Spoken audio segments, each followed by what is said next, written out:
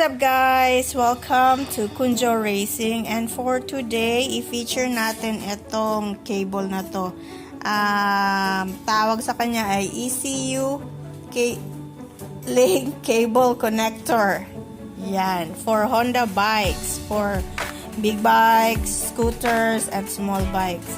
Ang ano niya is nakaka-diagnose siya kung ano man ang sira ng big bike mo.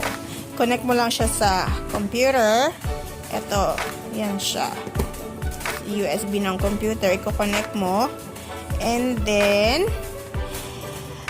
pag umandar yung motor, madidetect yung motor kung anong klase siya. Pero, take note for Honda lang po muna to, no?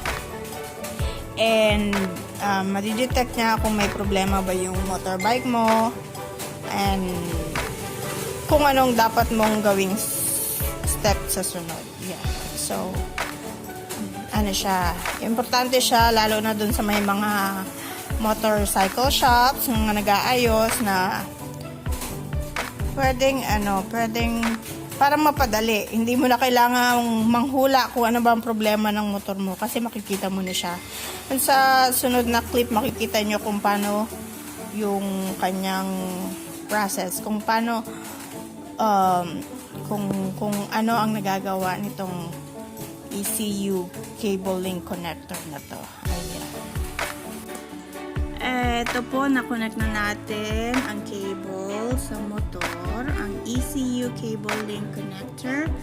At yan, nakikita po kung ano nababasa ng cable. Nababasa niya kung ano ang meron sa motor mo. So yan, pati yung pangalan ng motor na detect niya. Detect niya kung may kailangan kang i-troubleshoot, kung normal ba yung motor mo, kung good running condition. Yan.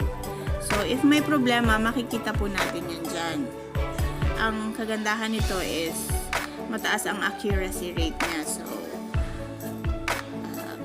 maaasahan. Ayan po, nakakonect siya. Ayan nyo. At yan, connected po siya sa motor ni Kunjo.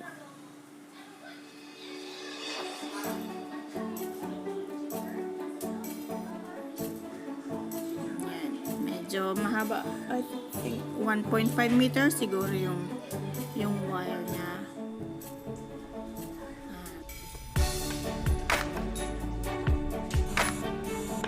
So, if interested po kayo, you can visit our shop here in Chalampaquet, Bangkok. Dito lang po to sa Bangkok.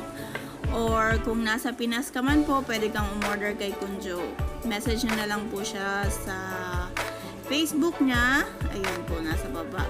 Pa-check na lang. And comment lang po sa